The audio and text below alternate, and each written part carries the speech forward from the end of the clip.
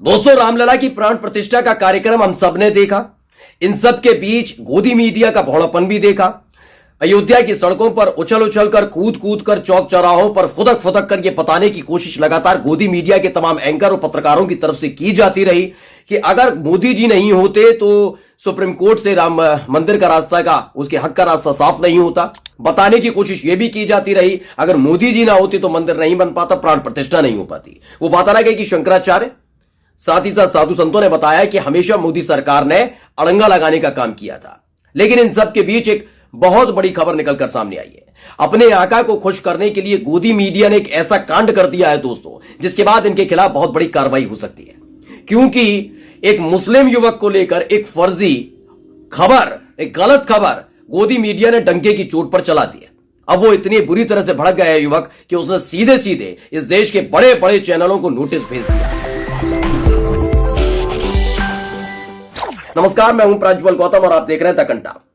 कहते हैं चाटुकारिता अच्छी है, लेकिन चाटुकारिता की हद को पार करेंगे तो उसका नतीजा भी भुगतना पड़ेगा। आने वाले दिनों में देश के जो बड़े बड़े गोदी चैनल हैं उनको ये नतीजा भुगतना पड़ेगा।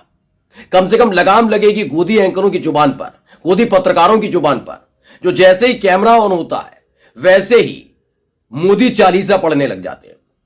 कम से कम अयोध्या के अंदर तो एक एक पत्रकार ने यही किया। मैंने भी देखा, आपने भी देखा, सबने देखा, पूरे देश ने देखा है। लेकिन अब इसी बीच एक बहुत गलत खबर उन्होंने चला दी थी।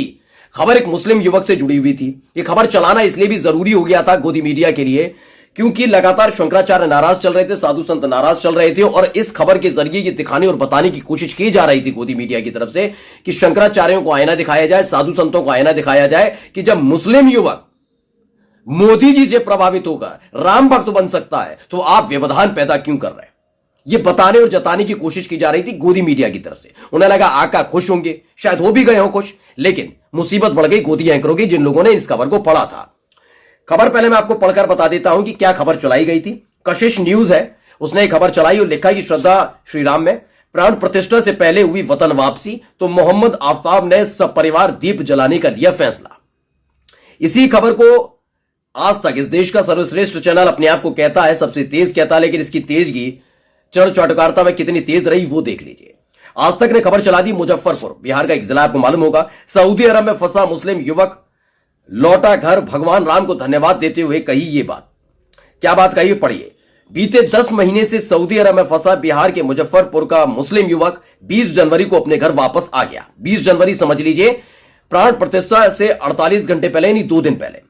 इसके बाद उसने प्रभु श्री राम का आभार जताया। यह आज तक कह रहा है, मोहम्मद आफ्ताब ने नहीं कहा, यह आज तक ने कहा है। इसके बाद उसने प्रभु श्री राम का आभार जताया। साथ ही मुस्लिम युवक ने कहा है कि प्रभु श्री राम को भी घर मिल गया है, आज हम भी अपने परिवार के पास आ गए।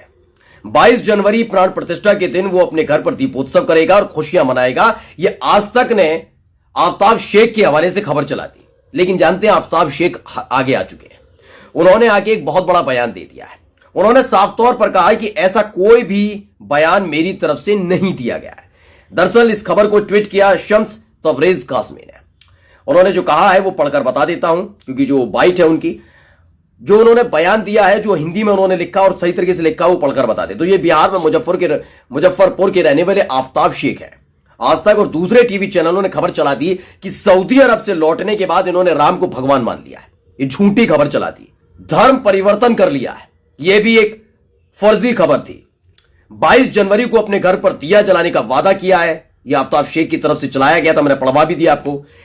जबकि इनका कहना है, यानी आफ्ताब शेख का कहना है कि मैंने ऐसा कुछ नहीं कहा, मेरे हवाले से सभी खबर झूठी चलाई जा रही है। मैं एक अल्लाह को मानता हूं, राम को कभी भी भगवान नहीं मान सकता। आज तक पर मैं मानहानि का केस करूंगा।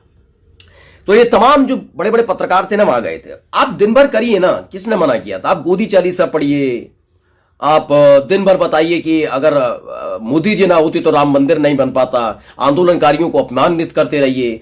आप अपने ही चैनल पर सनातन परंपरा के सर्वोच्च पद पर बैठे शंकराचार्यों को बदनाम करने की कोशिश करते रहिए, तमाम साजिश रचते रहिए, साधु संतों को बदनाम करने की साजिश रचते रहिए। यानी मोदी जी के चरणों में पूरी तरह से गिर जाइए। किसी ने रोका नहीं है, आपका अपना चैनल कुछ भी करिए, लेकिन इन सब के बीच जब झूठी खबरें चलाई जाएंगी तो गलत है। और इसी को लेकर नाराज है आफ्ताब शेख। उन्होंने कहा कि मैंने ऐसा कुछ कहा ही नहीं। अब मैं प्रताड़ित इसलिए हो रहा हूं, मैं परेशान इसलिए हो रहा हूं क्योंकि जब मैं चाहता हूं तो धर्म परिवर्तन की खबरें मुझसे पूछी जाती है। मैंने धर्म परिवर्तन किया ही नहीं है। मैं मानसिक रूप से प्रताड़ित हो चुका हूं। पहले उन्होंने कहा मैं रिक्वेस्ट करता हूं, अगर नहीं माना गया तो मैं इन चैनल्स पर केस करूंगा, यानी केवल चैनल पर नहीं, जिस पत्रकार ने पढ़ा उसके खिलाफ भी होगी कार्रवाई। दरअसल इनकी क्या दिक्कत थी वो मैंने शुरुआत में बताया, पूरा विस्तार से आपको समझा भी देता हूं। आपको याद होगा कि राम मंदिर की प्राण प्रतिष्ठा का ऐलान चंपत राय की तरफ से किया गया, मोदी जी करेंगे। तब से ही शंकराचार्य कह रहे थे 22 तारीख किसने निकाली है। पहले एक शंकराचार्य आए अभिमुक्तेश्वरानंद सरस्वती, फिर दूसरे आए निश्चलानंद सरस्वती, फिर चारों पीठ के शंकराचार्यों ने विरोध कर दिया कि हम नहीं जाएंगे। साथ ही नसीहत भी दी कि भाई कैसे भी करके आपकी रिस्पॉन्सिबिलिटी है कि इस पूरे मामले में विधि विधान से सारा काम होना चाहिए। यानी मोदी जी ने, शाह बाबू ने, बीजेपी ने, विश्व हिंदू परिषद ने, श्री राम तीर्थ क्षेत्र ट्रस्ट ने कभी नहीं सोचा होगा कि भाई कम से कम कोई और विरोध करे ना करे, कम से कम साधु संत विरोध करेंगे, शंकराचार्य विरोध करेंगे। लेकिन हुआ वही, शंकराचार्य विरोध करने लगे, फिर साधु संत विरोध करने लगे, फिर पुजारी विरोध करने लगे, फिर जो हिंदू जनता थी वो कहने लगी कि बात तो सही है कि शंकराचार्य जो कह रहे हैं, जो बात साधु संत कह रहे हैं वो बात ठीक है कि कम से कम सनातन परंपरा का ध्यान रखना चाहिए, चुनावों का ध्यान नहीं रखना चाहिए। इसको लेकर एक बड़ा एजेंडा दिया गया गोदी एंकर्स को, गोदी मीडिया, गोदी चैनल को। एक गोदी चैनलों को यह दिया गया है कि अभी तक ये जो पूरा निकल रहा है, क्योंकि 2024 में राम मंदिर के नाम पर मुस्लिम तो एकजुट नहीं हो पाएंगे, इनके पास तो कौन होगा? हिंदू समाज। तो हिंदू समाज को एकजुट करने का बीड़ा उठाया गया था, इसीलिए प्रोग्राम किया, ये पूरा तामझाम किया गया। अब जब से विरोध हो रहा है तो इन सब के बीच दिखाइए कि आप सिर्फ विरोध इसलिए कर रहे हैं कि मोदी से चिढ़ते हैं, जबकि देखो मुस्लिम समाज आगे बढ़कर मोदी मोदी चिल्ला रहा है, मोदी मोदी चिल्ला रहा है, ये तमाम काम हो रहे हैं और इसी का पीड़ा इस पूरी की पूरी गोदी मीडिया ने उठा लिया था। गोदी मीडिया ने जैसे ही पूरा मोर्चा उठाया उसने अपनी फजीयत खुद करा दी। अब फजीयत कैसे कराई? उसने फर्जी खबर चला दी। पहले वो ढूंढने लगे कि कोई मुसलमान ही ऐसा उल्टा बयान दे दे, कोई मुस्लिम बयान ही नहीं दे रहा है, इस पे छोटे मोटे छोड़ दीजिए, लेकिन कोई बड़ा बयान निकलकर सामने नहीं आ रहा था जिसमें धमकी दी जा रही है, गंदगी उगली जा रही है। मुसलमानों की तरफ से कुछ ऐसा किया नहीं गया। उन्होंने कह ही दिया है कि सुप्रीम कोर्ट का जो फैसला वो आखिरी फैसला हमने मान लिया है। अभी पेट में मरोड़ उठ रही थी, खबर कहां से निकाली जाए। तो खबर कहां से निकाली गई?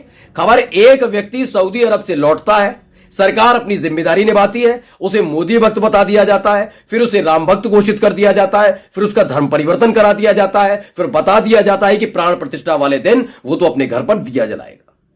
सोचिए यार, ऐसी ऐसी खबरें चलाई गई हैं, ऐसी ऐसी खबरें चलाई गई हैं जिनका ना सर है, ना पांव, ना पैर है, ना आंख है, ना नाक है। ये काम किए जा रहे थे, जबकि गोदी मीडिया को क्या करना चाहिए था? वो अच्छी पत्रकारिता और सच्ची पत्रकारिता करना चाहते थे तो उनको आगे आके शंकराचार्यों के बयान को मोदी तक पहुंचाना चाहिए था और मोदी जी से सवाल करना चाहिए था, योगी आदित्यनाथ से सवाल करना चाहिए था, लेकिन यह नहीं किया गया। उसे ढकने के लिए नई नई मनगढ़ंत कहानियां बनाई गई, लेकिन वही उनको अब लेकर डूबने वाली है, क्योंकि आफ्ताब शेख ने साफ कहती है जितनी खबर चलाई गई वो झूठी थी, मक्कारी से भरी हुई है, फर्जी है और अब इसके खिलाफ वो एक्शन लेने जा रहे हैं।